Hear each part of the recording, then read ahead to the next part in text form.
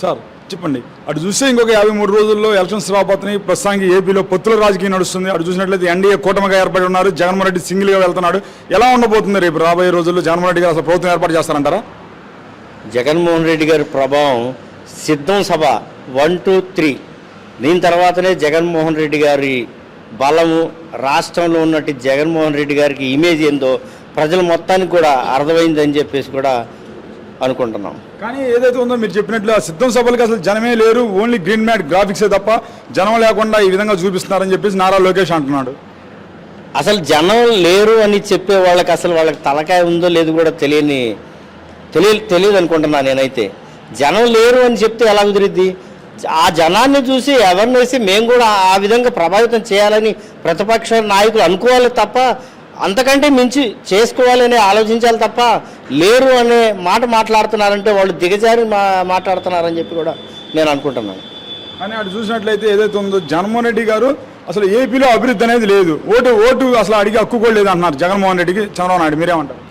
అభివృద్ధి లేదు అని ఊకదుంపుడు మాటలు మాట్లాడితే సరిపోదు. జగన్మోహన్ రెడ్డి గారు ఒక్కటే మాట్లాడుతున్నాడు. ప్రతి కుటుంబానికి మేలు జరిగింది అంటేనే ఓటేయండి అని చెప్పి ఏకైక దమ్మున్న నాయకుడు. ఇన్ని సంవత్సరాల ముఖ్యమంత్రులు ఇంతమందిని చూసాము.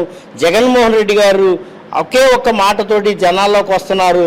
అది చాలు ముఖ్యమంత్రిగా మరలా జగన్మోహన్ రెడ్డి గారిని ప్రజలు ఆశీర్వదిస్తారని చెప్పేసి కూడా అనుకుంటున్నాం. కానీ ఏదైతే ఉందో దాదాపు 3,000 కోట్లతో 9 ఫిషింగ్ హార్బర్స్, రాష్ట్ర వ్యాప్తంగా 74,310 స్కూల్స్ నేడు ద్వారా డెవలప్ చేశారు. ఒక గ్రామ సచివాలయం ఏంటి, ఒక విలేజ్ హెల్త్, ఇవంతా అభివృద్ధి కాదంటారా? అభివృద్ధి అనేది అసలు లేదు, కుంటుపడింది అన్నారు చంద్రబాబు నాయుడు.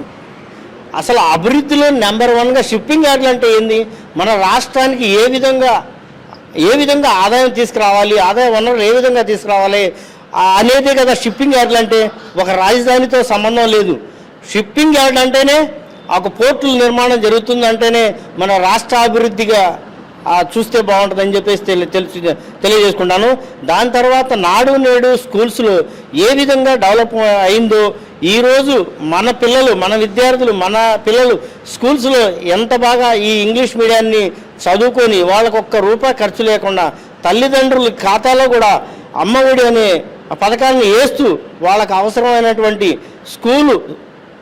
స్కూల్ మొదలుపెట్టిన మొట్టమొదటి రోజు నుంచి కూడా వాళ్ళ యూనిఫామ్ కానివ్వండి, వాళ్ళ షూ కానివ్వండి, వాళ్ళకి సంబంధించిన బుక్స్ కానివ్వండి, మొత్తం మెటీరియల్ స్కూల్ మొదలుపెట్టిన మొట్టమొదటి రోజే ఇస్తున్నటువంటి మొట్టమొదటి ముఖ్యమంత్రి కూడా జగన్మోహన్ రెడ్డి గారని మీ ద్వారా నేను తెలియజేసుకుంటున్నాను. మరి అట్లా చూసినట్లయితే మరి జగన్మోహన్ రెడ్డి గారు రేపు రాబోయే 2024 ప్రభుత్వం ఏర్పాటు చేస్తారంటారా? తప్పకుండా. జగన్మోహన్ రెడ్డి గారు 175కు 175 అని అంటున్నారు అంటే కొంతమంది హాస్యాస్పదంగా మాట్లాడుతున్నారు. ఎందుకు అంటున్నాడు?